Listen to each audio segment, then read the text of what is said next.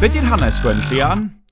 Rwan te, y peth cyntaf mae unrhyw hanesydd gwerth ei halen yn ei nodi am Gwenllian ydy ei bod hi wedi arwain byddin o Gymru yn erbyn ei choncyrwyr. O naci, sori.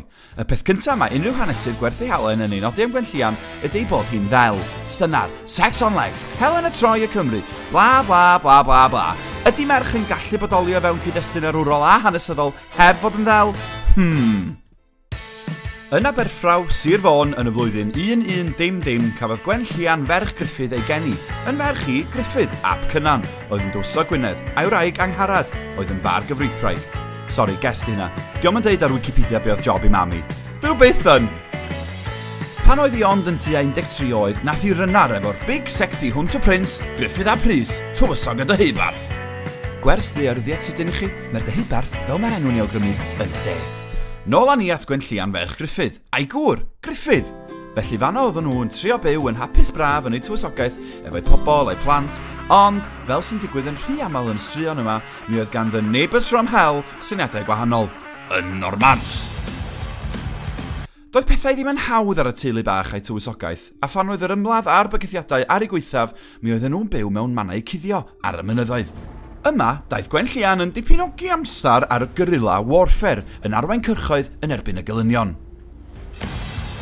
Erbyn 1136, oedd y Cymru wir wedi cael llon bol ar y bobl ddiarth ma'n cerdded o gwmpas y lle yn dwyn a lladd. A phan math hi'n tits up efo etifeddiaeth y goron yn Lloegr, dyma lawer o dywysogion ac arglwyddi De Cymru yn gweld eu cyfle am big push. Felly dyma Gruffydd yn gadael i holi Gruffydd ei dad yng Nghyfraith a tywysog Gwynedd am help. Tradd o ffwrdd, nath y shit hitio'r fan yn y Deheubarth, wrth i adroddiadau gyrraedd Gwenllian yn deud bod Normaniaid yn arwain cyrchoedd treisgar ar ei thiroedd. Efallai fod Gwenllian yn dywysoges ganoloesol, ond oedd hi bendant yn sexy, ond oedd hi bendant ddim yn gachgi. Felly ffwrdd â hi efo'i byddin, oedd yn fach, ond yn ddewr a thriw, i chwilio am ffeit, fel ffarmwr o Bala ar noson allan yn Llanrwst, ac mi gafodd hi un. Nath hi arwain ei milwyr draw i Gastell Cydweli, ble oedd y Normaniaid wedi setlo, a thra'n cuddio nepell o'r castell, digwyddodd rhywbeth oedd yn digwydd lawer rhy aml i arweinwyr y Cymru yn oes y tywysogion a'r tywysogesau. Brad! Twyll! Rhyw hen fastad oedd yn gweld dollar signs! Do wir, yn ôl y stori, cafodd hi a'i byddin fach ei bredychu gan Gymro a arweiniodd y gelyn i'w Cyddfan. A bu ffeit huge, efo swords a stwff. Oedd o'n epic, cyn i Gwenllian golli.